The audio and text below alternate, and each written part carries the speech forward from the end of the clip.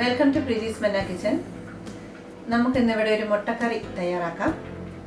തേങ്ങ വറുത്തരച്ച് വയ്ക്കുന്ന മുട്ടക്കറിയാണ് നമ്മൾ ഇന്ന് ഉണ്ടാക്കുന്നത്. ചോറിൻ്റെ കൂട്ടത്തിൽ വളരെ ടേസ്റ്റാണ്. ഇതിന് മുട്ട തീയൽ എന്ന് വേണമെങ്കിലും പറയാവുന്ന ഒരു കറിയാണിത്. ഇനി അതിലേക്ക് വേണ്ട ഇൻഗ്രീഡിയൻസ് എന്തൊക്കെയാണെന്ന് നമുക്കൊന്ന് കാണാം. അതെങ്ങനെയാണ് തയ്യാറാക്കിയെടുക്കുന്നതെന്നും നോക്കാം. മുട്ട പുഴുങ്ങി വെച്ചിരിക്കുന്നതാണിത്. 10 മുട്ടയുണ്ട്. അതിലേക്ക് ആവശ്യമായിട്ടുള്ള സവാള 2 സവാള സ്ലൈസ് ചെയ്തത്, കറിവേപ്പില ആവശ്യത്തിന്.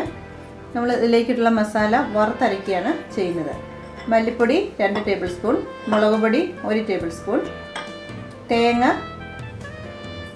അരമുറി തേങ്ങ, പെരിഞ്ജീരകം 1 ടേബിൾ സ്പൂൺ, മഞ്ഞൾപ്പൊടി 4 ഗ്രാമ്പു, 3 ഏലക്ക, ചെറിയ കഷ്ണം പട്ട, ബേ ലീഫ് ഒരു ചെറുത്, ഉപ്പ് ആവശ്യത്തിന്, വെളുത്തുള്ളി 2 ടേബിൾ സ്പൂൺ, ഇഞ്ചി അരിഞ്ഞത് 2 ടേബിൾ സ്പൂൺ, പച്ചമുളക് ആവശ്യത്തിന്. ഞാനിവിടെ 5-6 പച്ചമുളക് എടുത്തിട്ടുണ്ട്.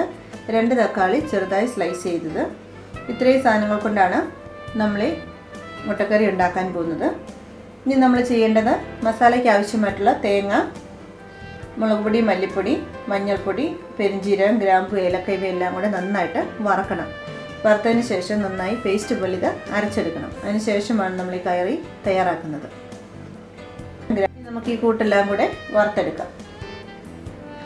ഞാനിവിടെ തേങ്ങായ, മഞ്ഞൾപ്പൊടി, ഗ്രാമ്പു, ഏലക്ക, പട്ട ഇവയെല്ലാം കൂടെ വറുത്തുകൊണ്ടിരിക്കുകയാണ്. 1/2 ടേബിൾ സ്പൂൺ വെളിച്ചെണ്ണയും കൂടെ ഞാനിതിലേക്ക് ചേർത്തിരുന്നു. ഏതെണ്ണ ഉപയോഗിച്ചാലും കുഴപ്പമില്ല. ഇനിയിപ്പോൾ മല്ലിപ്പൊടി, മുളക് പൊടി ഈ കൂട്ടത്തിൽ ഞാൻ ചേർത്തിരുന്നില്ല. ഇപ്പോൾ തേങ്ങ ഒരുവിധം മൂത്ത് വരുന്നുണ്ട്. ഈ സമയത്ത് നമുക്ക് മല്ലിപ്പൊടിയും മുളക് പൊടിയും കൂടെ ആഡ് ചെയ്യാം. തീ കുറച്ചിട്ട് വേണം നമ്മളിത് മൂപ്പിച്ചെടുക്കാൻ, അല്ലെങ്കിൽ പെട്ടെന്ന് ഇത് കരിഞ്ഞു പോകും. മുളക് പൊടിയെല്ലാം പെട്ടെന്ന് കരിഞ്ഞു പോകും. നമ്മുടെ തേങ്ങ നന്നായിട്ട് മൂത്ത് കഴിഞ്ഞു. മുളക് പൊടി, മല്ലിപ്പൊടി എല്ലാം നന്നായിട്ട് മൂക്കുന്നുണ്ട്. ഞാനിപ്പോൾ തീ ഓഫ് ചെയ്തു. ഇനിയും പാത്രത്തിന് ചൂടുണ്ട്. അപ്പോൾ ആ ചൂടിൽ നമ്മുടെ തേങ്ങ ഇനി നന്നായിട്ട് വറുത്തെടുത്താൽ മതിയാകും. കരിഞ്ഞു പോയാൽ കറിയുടെ ടേസ്റ്റും മാറും, കളറും മാറിപ്പോകും. ഇനി നമുക്കൊരു പ്ലേറ്റിലേക്ക് ഇത് നിരത്തിയിട്ട് തണുത്തതിന് ശേഷം വേണം നന്നായിട്ട് അരച്ചെടുക്കാൻ. ഒരു പാനിലേക്ക് 5 ടേബിൾ സ്പൂൺ എണ്ണ ഒഴിച്ച് വെച്ചിട്ടുണ്ട്. വെളിച്ചെണ്ണയാണെങ്കിൽ മോർ ടേസ്റ്റി ആയിരിക്കും. നമുക്ക് ഇഷ്ടമുള്ള എണ്ണ ഉപയോഗിക്കാവുന്നതാണ്. ഇഞ്ചി, വെളുത്തുള്ളി നമുക്ക് അരിഞ്ഞത് ഇതിലേക്ക് ചേർക്കാം.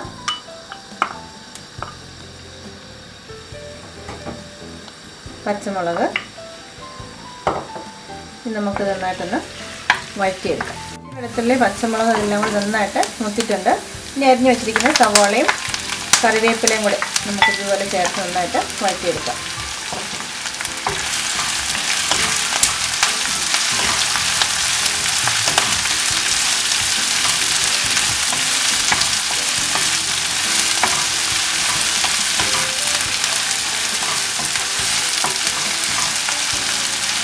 ഒരല്പം ഉപ്പ് നമുക്ക് ചേർക്കാം.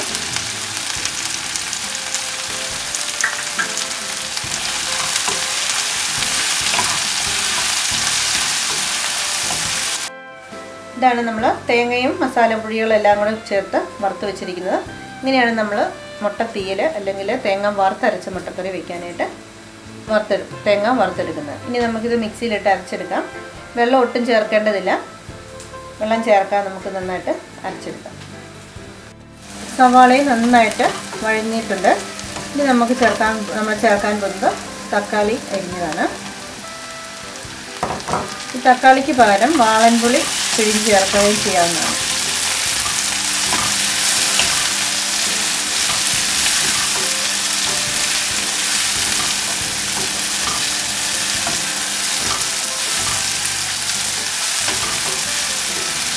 തക്കാളി നന്നായിട്ട് വഴന്നു കഴിഞ്ഞു.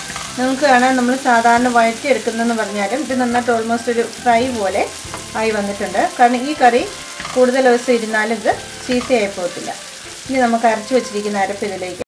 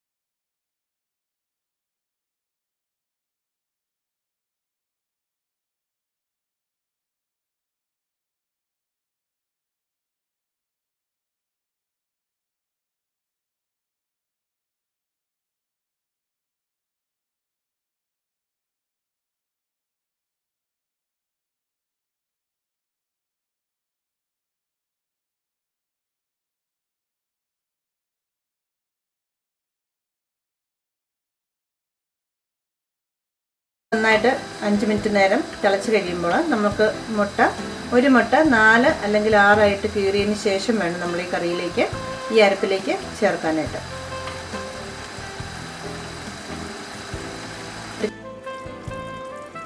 ഒരു 5 മിനിറ്റ് നേരം നമ്മുടെ ഈ അരപ്പ് വെന്തിട്ടുണ്ട്. നമുക്കിനി മുട്ട കഷ്ണങ്ങളെ പെറുക്കിയിടാം.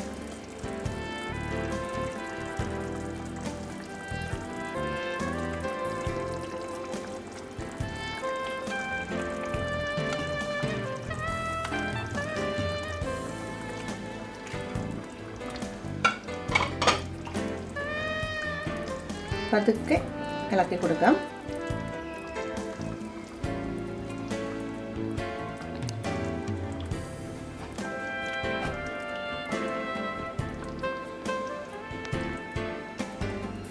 തീ കൂട്ടാം. നന്നായിട്ടൊന്ന് തിളച്ച് കഴിയുമ്പോൾ നമുക്ക് തീ ഓഫ് ചെയ്ത് വേറൊരു പാത്രത്തിലേക്ക് സെർവ് ചെയ്യാം. നമ്മുടെ മുട്ടത്തീയൽ അഥവാ തേങ്ങ വറുത്തരച്ച് മുട്ടക്കറി റെഡിയായി കഴിഞ്ഞു.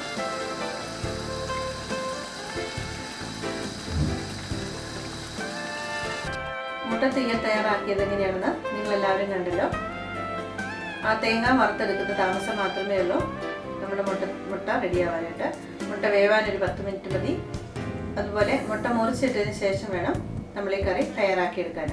അതിലേക്ക് ആവശ്യമുള്ള ഉപ്പും ഈ മസാലകളെല്ലാം കൂടെ പിടിച്ച് കഴിയുമ്പോൾ വളരെ ടേസ്റ്റാണ് ഇത് കഴിക്കാൻ. ചോറിൻ്റെ കൂട്ടത്തിലാണ് ഏറ്റവും യോജിച്ചത്. ഈ ഒരു കറി മാത്രം മതി നമുക്കൊരു പ്ലേറ്റ് ചോറ് ഉണ്ണാനായിട്ട്. അപ്പോൾ നിങ്ങളെല്ലാവരും ഇത് ട്രൈ ചെയ്ത് നോക്കണം. താങ്ക്സ് ഫോർ വാച്ചിങ് പ്രീതീസ് മന്ന കിച്ചൻ.